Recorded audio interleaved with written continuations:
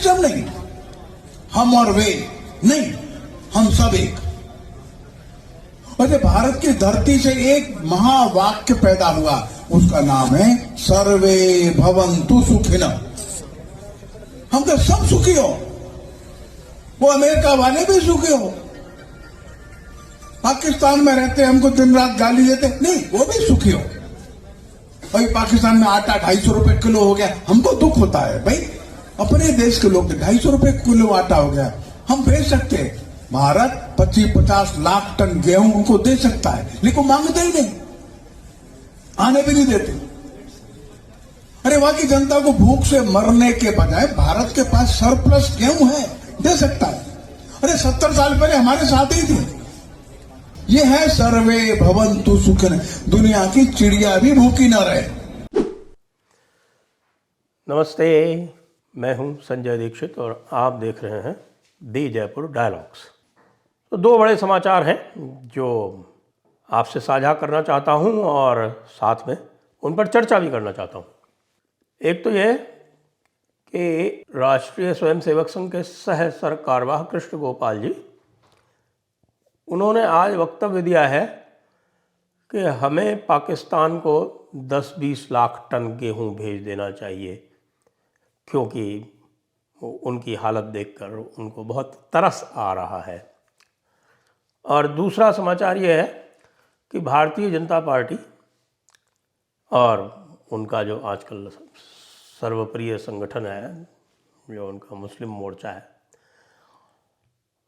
वह एक फिर से सूफी सम्मेलन करवाने जा रहा है, जो उन्होंने मोदी जी के यानी मोदी 1.0 के लगभग आरंभ में करवाया था, संभवतः 2015 या 16 में। तो मुझे लगा कि इन विषयों पर चर्चा आवश्यक है, क्योंकि चर्चा से ही कोई रास्ते निकलते हैं।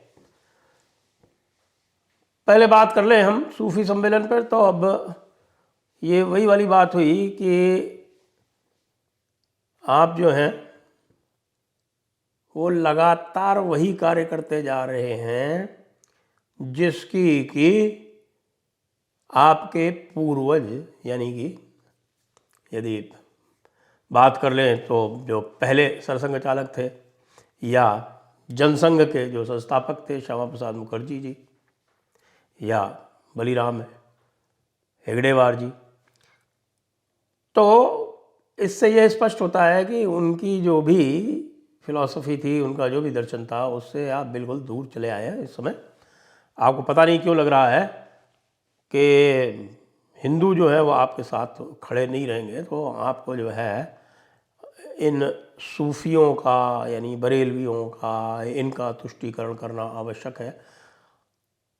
अब वही वाली समस्या है कि कितना भी कह लो, लेकिन जो ठेठ भाजपा के लोग हैं और विशेषकर जो संगठन में हैं, उन्होंने कसम खा रखी है कि वो पढ़ेंगे लिखेंगे कतई नहीं।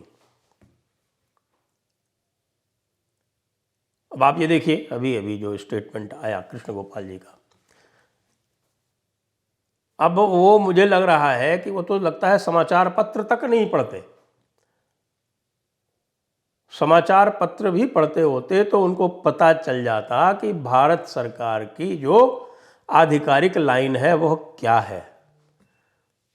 क्योंकि अभी 21 तारीख को ही विदेश मंत्री डॉक्टर जयशंकर जो है वो स्पष्ट रूप से कह चुके हैं कि पाकिस्तान की समस्या से हमको कोई लेना देना नहीं है, कि ये वो समस्या है जिससे पाकिस्तान को स्वयं जूझना है, स्वयं निकलना है। बातचीत का प्रश्न नहीं उठता, क्योंकि आतंकवाद और बातचीत साथ साथ हो नहीं सकती। पाकिस्तान आज भी लगातार अपने सारे प्रयास किए जा रहा है। आपने लेटेस्ट देखा कि जब वो कश्मीर में जब थोड़ा सा भी उनको मौका मिलता है तो वो कुछ ना कुछ कर ही देते हैं। अभी आजकल उन्होंने लश्कर-ए-तैयबा को एक्टिव करके एक टीआरएफ चला रखा है। अब वो टीआरएफ से और कुछ बस नहीं पड़ा तो वो टीआरएफ जो है वो टारगेटेड किलिंग करने लगा कश्मीरी पंडितों की। करवा तो पाकिस्तान ही रहा है ना भाई, आदेश तो वहीं से आ रहे हैं ना। पुंछ में मास मैसेकर की कोशिश हुई। तो उसके बाद फिर हमारी जो सरकारें हैं वो बार बार इसी चक्कर में आ जाती हैं कि अरे रे रे रे रे रे, अब तो जो है वो सांप को वापस दूध पिलाने का समय आ गया है। सांप जो है वो कितना कमज़ोर दिख रहा है बेचारा, हिलडुल नहीं पा रहा है, देखिए तो ज़रा ये सांप जो है इसने बहुत दिनों से किसी चूहे को नहीं खाया है, इसको थोड़ा सा दूध पिला दे। ये भावना जो है ये बार बार आती है, इसलिए आती है क्योंकि पढ़ने लिखने से लोग गुरेज करते हैं। चाणक्य की नीति ही पढ़ लेते तो भी काफ़ी कुछ हो जाता। मुझे ये पता है कि हमारे जो खांटी आरएसएस वाले हैं उनको किसी धर्मशास्त्र को पढ़ने से अरुचि है, तो भाई आप धर्मशास्त्र ना पढ़ो तो चाणक्य नीति ही पढ़ लो, भर्तृहरि नीति ही पढ़ लो, पंचतंत्र की कहानियाँ ही पढ़ लो। इनसे ही थोड़ा बहुत आपको आइडिया हो जाएगा कि जो देश का धर्म है, देश की संस्कृति है, उसमें इन स्थितियों के लिए क्या कहा गया है। महाभारत को धर्मशास्त्र के रूप में ना पढ़ो भाई, तो महाभारत को एक युद्ध नीति के ग्रंथ के रूप में पढ़ लो। और पाकिस्तान के लिए तो भाई वही कुमार विश्वास की बड़ी आलोचना की, हमारे लोग मित्र हैं उन्होंने भी बड़ी आलोचना की।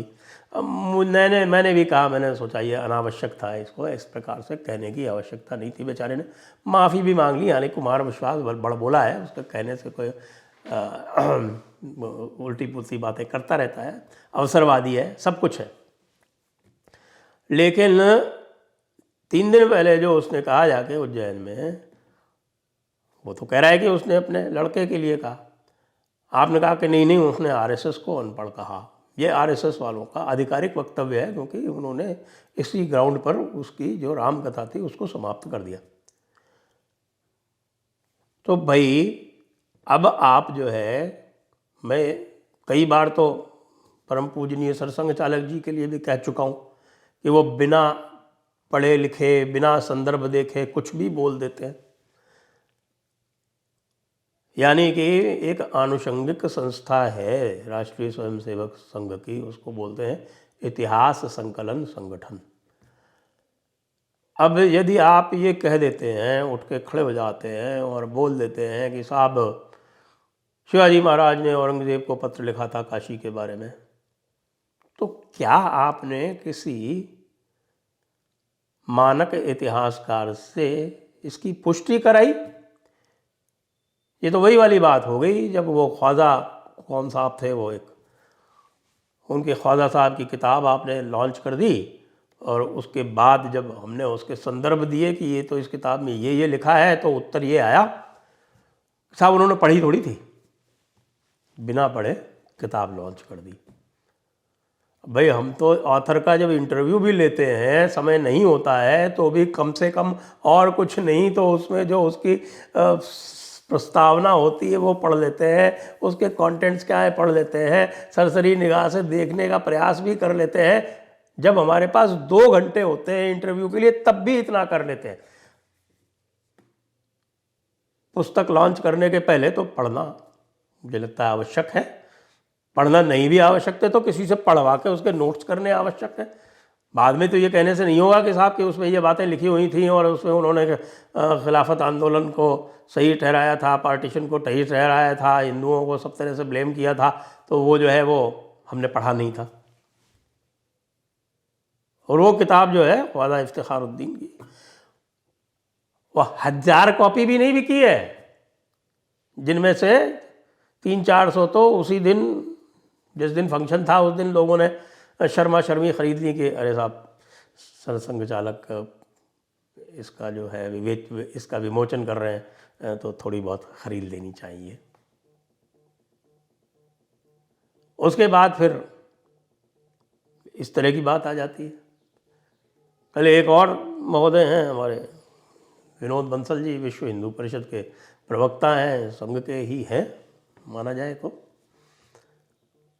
उन्होंने उद्बोधन कर दिया कि साहब कि शिवाजी महाराज जो थे वो सेक्युलर थे, 45% जो उनकी सेना में सैनिक थे वे मुस्लिम थे। अब ये कहाँ से पढ़ के लाए?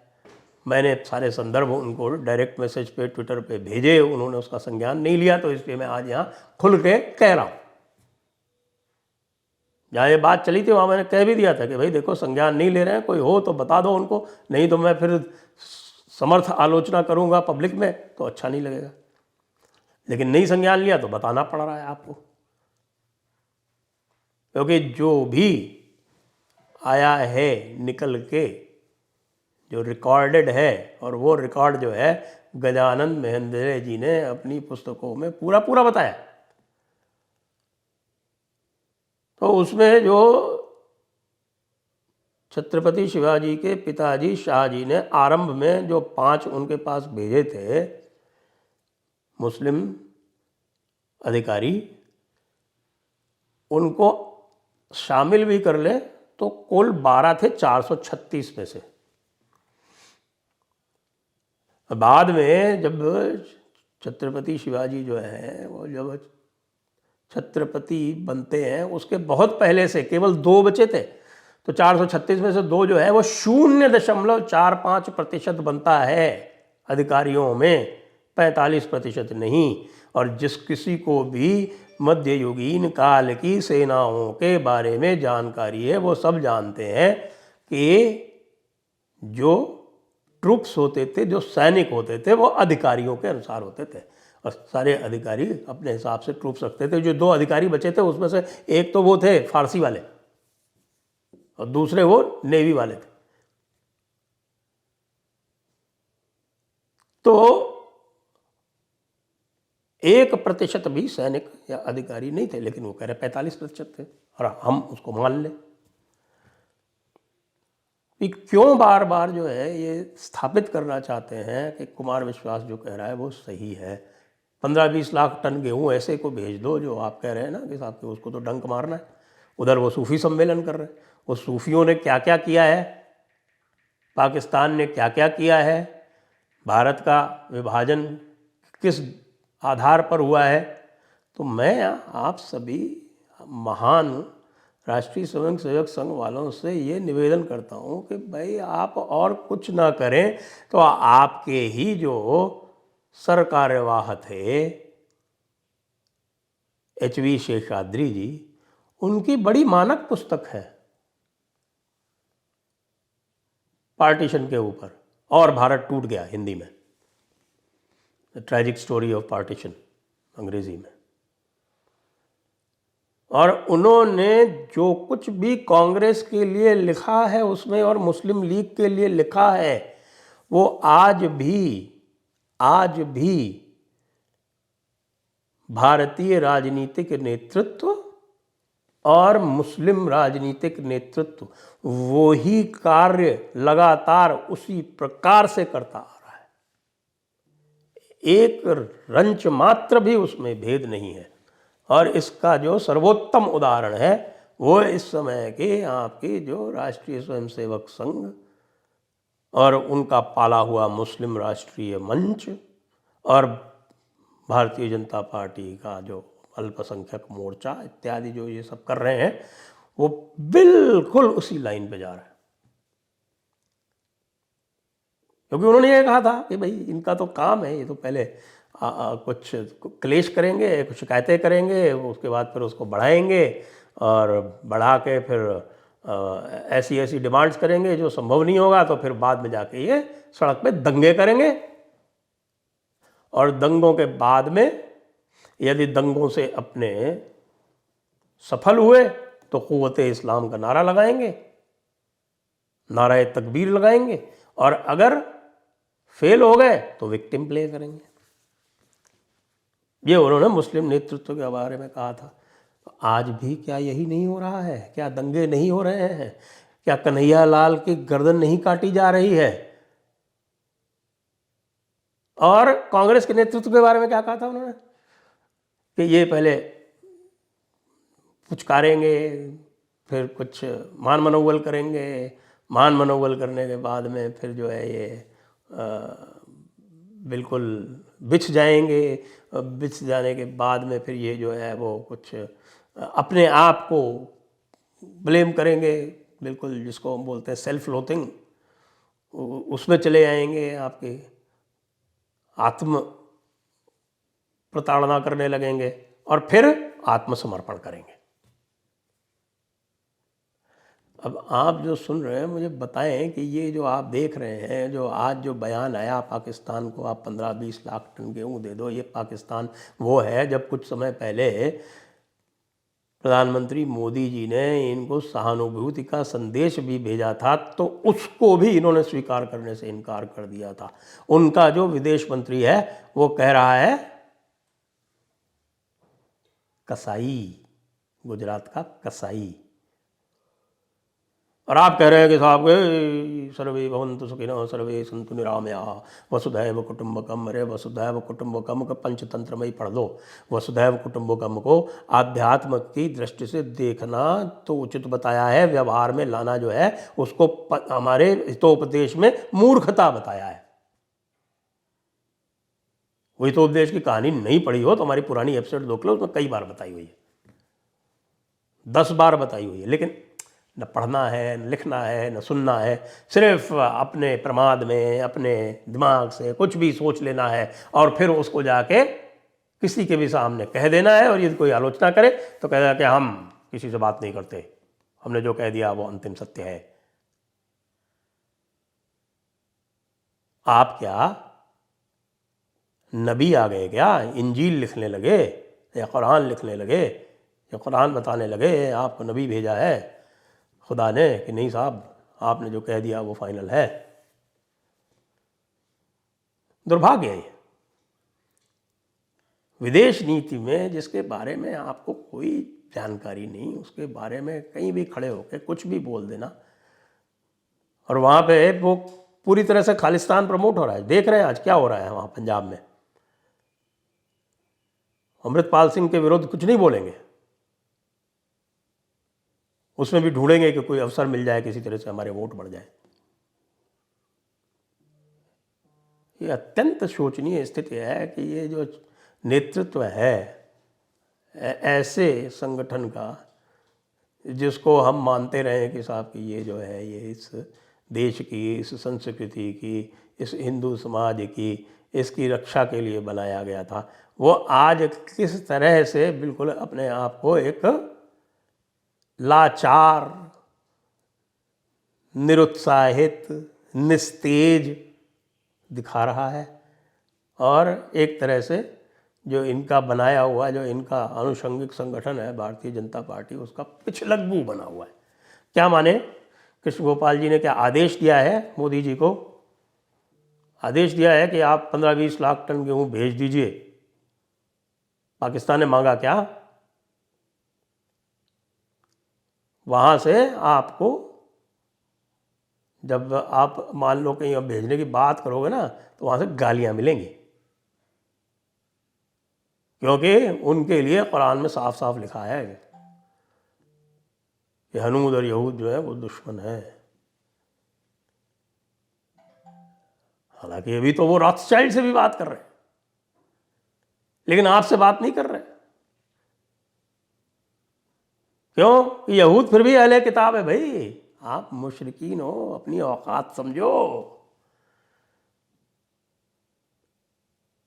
और एक बात और आप अवश्य करो, कृपया हिंदुओं का ठेका लेना बंद कर दो। जय श्री राम।